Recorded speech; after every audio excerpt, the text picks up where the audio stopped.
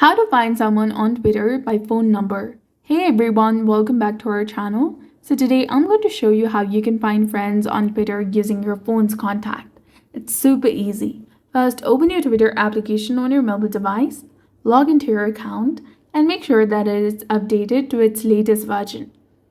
Now once you do that, tap on your profile picture icon in the top left corner of the screen. And on your profile, you will see the following option.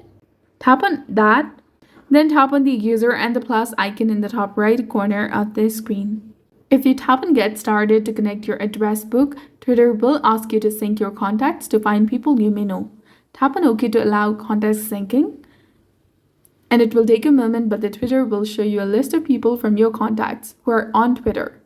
As I do not have many friends on this account, but if you do, you will see them here.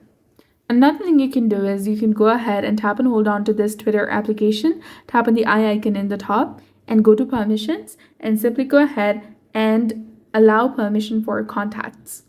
And this will definitely help you find people on Twitter by their phone number or through your contacts. So that's it for this video. I hope you found it helpful. If you did, please like, share, and subscribe. Thanks for watching.